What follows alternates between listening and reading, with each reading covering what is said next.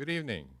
My name is Charlie Ames, and it's my pleasure on behalf of the Board of Trustees to welcome you to this preview of the Private Jefferson exhibition, the kickoff event for this 225th year of the Massachusetts Historical Society.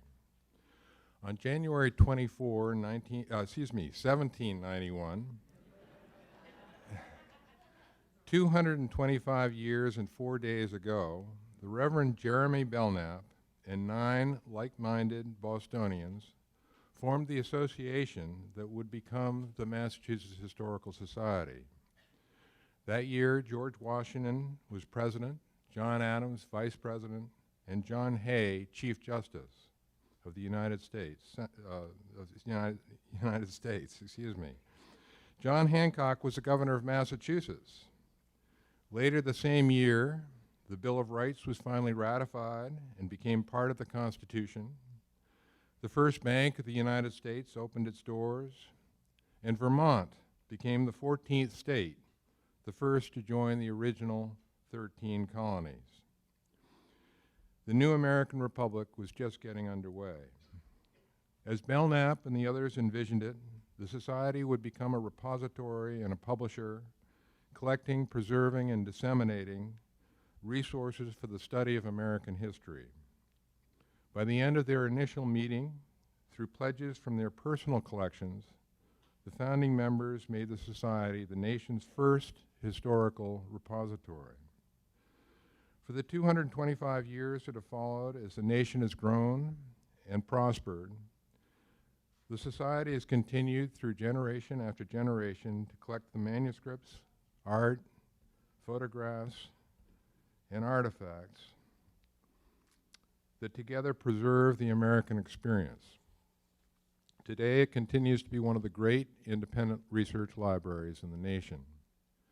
Back in 1791, in the preamble to the governing articles of the Society, Belknap and the others expressed their goals in these words: to mark the genius, delineate the manners, and trace the progress of society in the United States, and to rescue the true history of this country from the ravages of time and the effects of ignorance and neglect.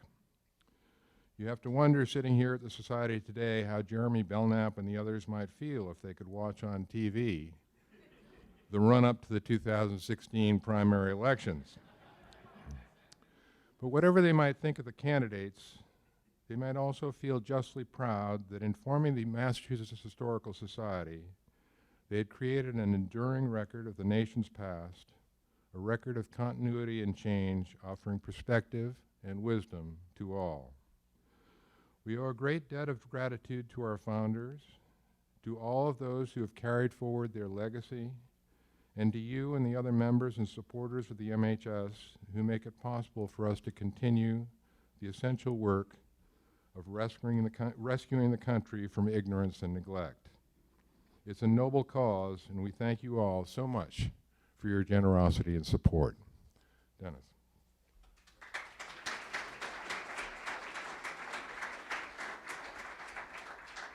Thank you, Charlie. Maybe we should invite them all to speak here. I welcome all of you, as Charlie has. I want to tell you we've arrived at what I call a watershed year, or maybe it's a high water mark. Our 225th birthday finds the MHS reinvigorated, continually improving its services to the community of researchers who seek knowledge from our superb collections and reaching out to an ever-widening audience. Tonight's 225th kickoff event epitomizes this renewed energy and dedication to an expanded audience. The MHS is well known, as I think most of you know, and many of you may know about Jefferson, for its Adams holdings, especially the papers of John and John Quincy Adams, while our collections to Thomas Jefferson, probably outside of this room, are little known. There are almost 10,000 items in that collection. Ours is only second to the holdings of the Library of Congress, and we have more Jefferson paper here that resides in the whole state of Virginia. It's an invaluable and astounding collection that provides insight into the mind of one of our country's seminal Renaissance men and geniuses. For the first time, drawn mainly from the Coolidge collection, we are exhibiting the breadth of this magnificent archive. Visitors will be able to explore different aspects of Jefferson's complex personality through a selection of architectural drawings, writings, and correspondence, as well as record books. They can discover how Jefferson used architecture to work out practical and technical design problems, as well as larger philosophical issues. Explore how his personal and political views are expressed through his writings and select correspondence between family and friends. Gain insight into Jefferson's personal story of writing the Declaration of Independence and see how the text celebrated today evolved from his original draft. And understand how Jefferson's role as plantation owner and experimental gardener shaped his beliefs in how the nation would achieve economic and political independence. It is to Joseph Coolidge, Jr., married to Thomas Jefferson's granddaughter, Ellen Wales Randolph, and their descendants, we owe a deep gratitude of thanks for saving these materials for posterity and for the nation. And I'd like to introduce Catherine Coolidge Lastavica, who's a direct descendant, who's with us tonight. Thank you, Kitty, for being here.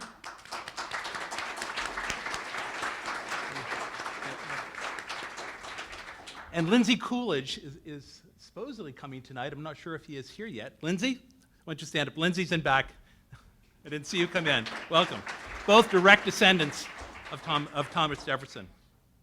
Before I introduce Peter Onuf, let me thank those who have made this superb exhibition and its companion publication possible. A tremendous thank you to the many donors whose generosity makes such projects here at the Society a reality. I'm pleased that so many of you could be with us tonight. A special thank you to our technology partner, Microsoft. Those Historical Society and Microsoft you don't hear together very often. Through their partnership with Brown University, it's allowed us to significantly expand our use of technology and our interpretive reach. Of course, our entire staff deserves the gratitude of all of us. From inception, research, planning, technology, editing, installation, this project has involved nearly everyone. It has truly been a team effort. Thank you for all you provide here. One other person I do want to introduce tonight, along with guest curator Peter Onuf, who you'll hear from shortly, guest curator Henry Adams is also with us tonight. And Henry, we'll just stand up.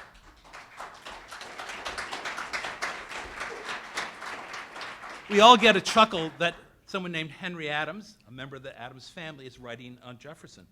Henry has written on his architecture, and we hope to see more of that in time to come. I'm sorry that Andrea Wolf, who wrote an essay on early American gardens, could not join us, but both Henry and Andrea will be speaking in May, so let's look for those dates in an upcoming calendar. Now, finally, let me introduce tonight's speaker, Peter Onuf. Peter is the Thomas Jefferson Foundation Professor Emeritus in the Corcoran Department of History at the University of Virginia and Senior Research Fellow at the Robert H. Smith International Center for Jefferson Studies at Monticello. A specialist in the history of the early American Republic, Professor Onuf was educated at Johns Hopkins University, where he received both his A.B. and Ph.D. Many of his public works have become landmarks in the field, including the essays collected in his Mind of Thomas Jefferson. He and co-author Annette Gordon-Reed have just completed Most Blessed of the Patriarchs, Thomas Jefferson and the Empire of the Imagination, which will be or is about to be published by Norton. A copy here. They will both be with us on May 27th for a program on this new work, so be sure to come back. With Ed Ayers and Brian Bellow, is that that's pronounced? Bellow? Professor Onuf is co-host of the public radio program Backstory with the American History Guys. It is or the American History Guys. I won't give you the specifics on it. It is my pleasure then to welcome Peter Onuf, our speaker tonight.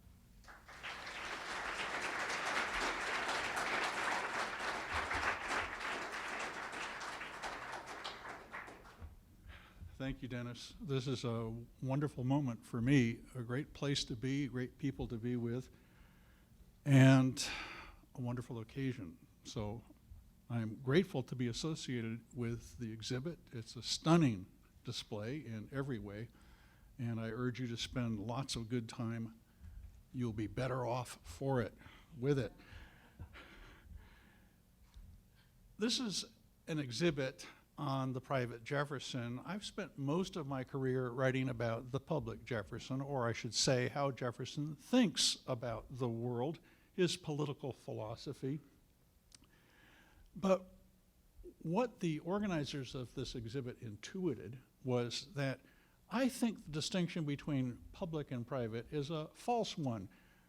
And it's all Jefferson's fault that we take it so seriously in the first place. Jefferson was described by my predecessor, Merrill Peterson, as impenetrable. You just couldn't figure the man out. Who was he? He was so vigilant in protecting his privacy. If we start at Monticello, and this exhibit gives you a good introduction to his thinking as an architect, and let's put Jefferson in his study with all his books in what he called his sanctum sanctorum, a private space, the most private of spaces. Even in his own home, he guarded his privacy vigilantly. Well, what did he do in this place? And I think if we think about what he did in this place, we'll have a better idea of the connection between the private man and his public contributions. Jefferson withdrew to his study in order to connect with the world. In this study, he had the wisdom of the ancients on the shelves. He had correspondence that he kept up in the Republic of Letters, that great imaginary community of people who shared the thirst for knowledge and enlightenment. And also, and perhaps most surprisingly, this was the place where the great Unitarian, the famous deist, there must be Unitarians in this room. I always ask when I start talking about Unitarians, and I'm birthright, okay? You can't stay a Unitarian because there's no there. I'm going to stop right now. But what Jefferson did in this place was to connect with the future as well, and not just in his visionary imagining of America's future and the world's future, but the way that he communicated with the future was through prayer. We'll have a moment of silence now to absorb that thought. It's not what you expect. For me, the greatest revelation of trying to penetrate Jefferson in recent years in writing this book with Annette, which I'll shamelessly plug, and I'll be here again with multiple copies for each one of you, most blessed of the patriarchs. The discovery that Jefferson's spiritual life actually gives us a clue to his political philosophy. Now, some of it's obvious, and you're going to say, of course, you didn't need a learned professor to tell you this, but why do you retreat to your private space? It's in order to fashion an autonomous and independent sense of yourself. That independence, that autonomy, is absolutely crucial to the whole success of the Republican experiment, because the key word, of course, we think equality, we also think consent. And this, in a nutshell, is Jefferson's larger view of the world. How do you connect the autonomy of equals with the larger project of social and political and cultural improvement? They need to come together. Jefferson goes away to connect with the world. Divide to unite. Secure your rights, be vigilant in their defense so that you can enter into forms of union. You can connect with other people. This idea of union is crucial to Jefferson. People who think of him as a libertarian think he goes into his study to be alone, and they're wrong. Well, that's pretty basic, and that's one connection, and we can see it in his architecture and in the way he spends his time alone. But there are other connections that are worth thinking of as well. What does privacy mean for Jefferson? It's not just that he gets to read all those books and write all these letters. He complained about that. He also has in mind his family. Domesticity is bound up in his notion of privacy. It's to be with his family that he wants to escape the miseries of public political life. And this is a constant complaint throughout his political career. You would think that he despised and hated politics. And in a way, that was the family story that he spun out in letters to his daughter Martha, and to his grandchildren, and to his sons-in-law, to create this imaginary family. Jefferson, in fact, flourished in public life. There's no question about that, and that gives us another sense of the way public and private connect. Why are you in public life? Because of the things that you cherish and value. Jefferson is constantly redefining and reaffirming those connections with his family, the most precious thing for him. All the more precious because that family was broken apart with the death of his wife, the death of many of his children. But the idea of a family, there was in that idea of a family a glimpse of something that could live and last forever. Family is not only the microcosm and the foundation of the Republic is a family of families. That connection, the primal union that begins it all, of course, is the union of man and wife. The nuclear family, that's the foundation. But of course, we've had families throughout history, but Jefferson envisions a future for all families. Let's rewrite the Declaration. All families are created equal. And then you get to the heart of his quarrel with the old regime, with aristocracy, with the idea of hierarchy, the idea that some would give rule to others.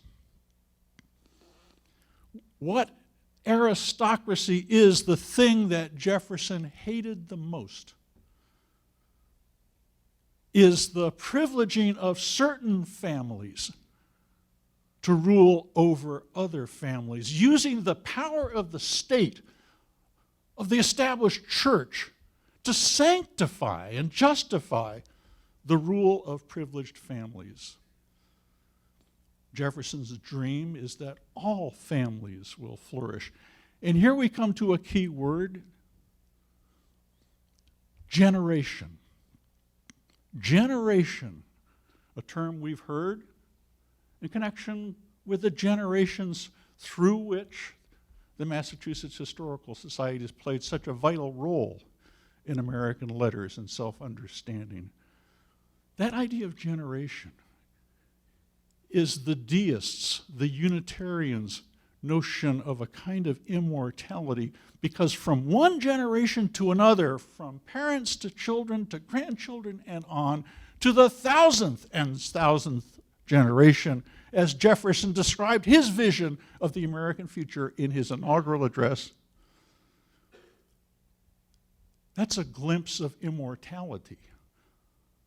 This is not a selfish, self-regarding, libertarian pursuit of self-satisfaction. This is a prayer for the future. Jefferson's politics come out of his obsession with, his devotion to his own family and the idea of families. We could continue along these lines to identify ways in which Jefferson's political thought echoes and builds on his private life, the things that matter most to him as an individual, cherishing his own freedom, the freedom of the mind, his great legacy, the Bill for Religious Freedom, passed in Virginia, which is the source of the First Amendment defense of religious freedom, something which we honor Jefferson with today, is an extrapolation of Jefferson's idea of the very possibility of freedom of conscience, of the mind. What if the world were organized along those lines? when we would come together as equal individuals, respecting the rights of others. In 1789, Jefferson wrote a famous, and in some quarters infamous, letter to James Madison, his sidekick, the short one, in which he said famously, "The earth belongs to the living." This letter came at an inopportune time to Madison in 1789. Madison had recently gone through the arduous work of writing or trying to write the Constitution. He didn't get the one he wanted. And then promoting its ratification and then starting this new government. And what Jefferson says is, you know, the decisions that we make now should not be binding on future generations because that deprives them of their freedom. Every 19 years. How about it, Madison? A new Constitution. Yeah. And it's so easy to stop there and go off and have refreshments and say, that's hilarious, that's absurd. But what Jefferson had in mind here was, I think, a fundamental principle that we tend to overlook. And that is that sense of our responsibility to posterity. And here's the paradox. The earth belongs to the living. We should decide right now, because most of us are still alive, though I like to say I'm nearly dead, and this is the dead hand of the past waving to you as I fade away. We are the living. We should decide the laws that we live under that express our sense of what is right and good. And then the next crowd comes along, and they do what they want. And they might want something different. No, it's not that simple, because the chief responsibility we have, remember, Jefferson cares about the family. He cares about his children and their children. We are stewards of the world we pass on to them. And he says in this letter, the world belongs to the living in usufruct, a Roman law term that means stewardship. Again, it's this principle of divide the generations, to unite in their responsibilities and their care for each other. The key word, I come up with a lot of key words with Jefferson, you can write them down. The key word, and this is very embarrassing for a late modern New Englander, is love. Love is the cement. That's the bond that attaches us. That's Jefferson's vision. Now, so far you're going to think in this brief talk, and I'm going to only talk for a couple more minutes, that this is bringing the gospel from Virginia. That sounds awfully good. But I want to reassure you, I've moved back to New England. I'm a native of New England, living in Maine now, which is really, as you know, still part of Massachusetts, or ought to be. So let me be a Yankee for a little bit and earn credibility with you and take you to one more place on my journey through Jefferson's private life. And that's back to Monticello, to Jefferson's plantation domain. The most blessed of the patriarchs is what Jefferson called himself, and that's why Annette and I have used this phrase as the title of our book.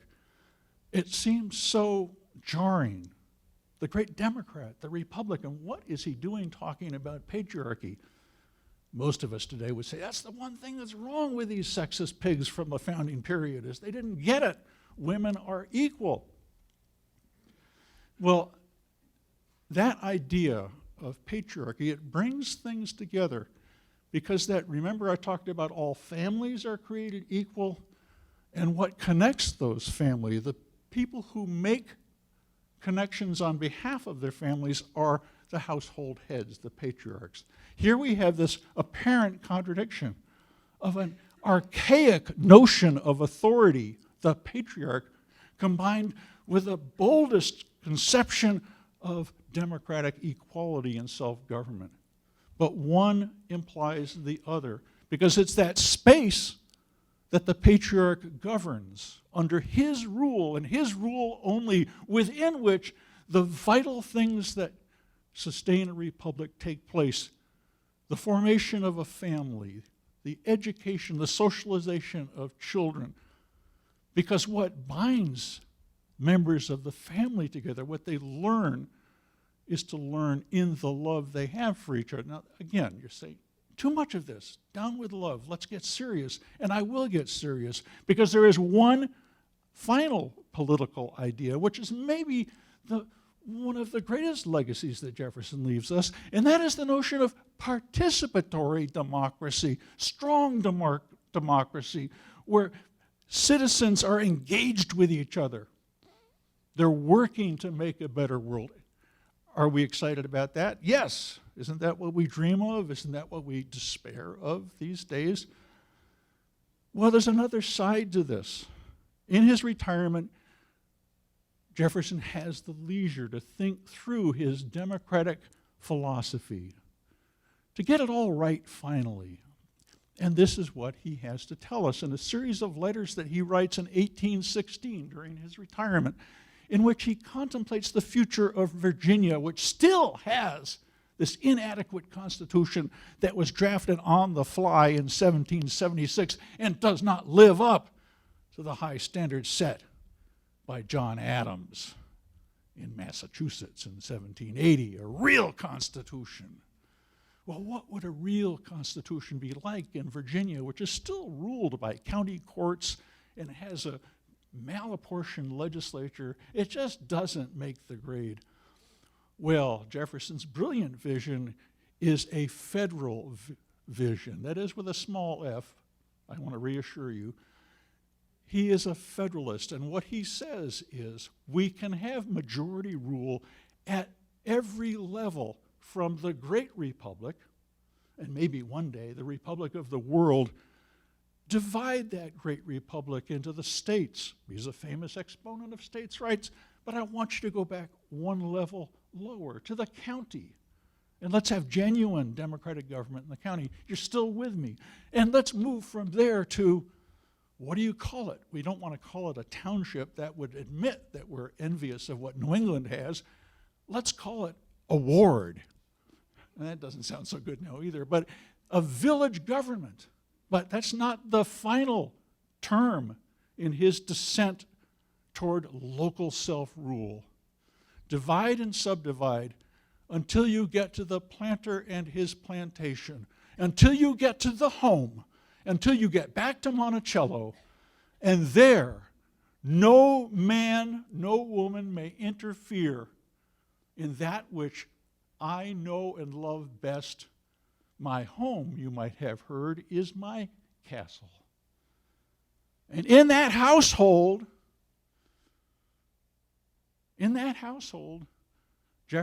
Jefferson perpetuates and justifies the most archaic form of despotism, and that is racial slavery. I'd like to end on that note, because I'm not just telling you that private and public are really one, and we should acknowledge and see that, and that gives us a richer understanding of Jefferson's legacy, but also that that legacy cuts and has always cut two ways, and it is our challenge as Americans to live with, to move beyond that legacy, and that is the legacy of that inextricable attachment of a system of despotism, of slavery, to American democracy. I'm not saying you can't have one without the other, but I am telling you as an historian that that's the way it came to be. Thank you.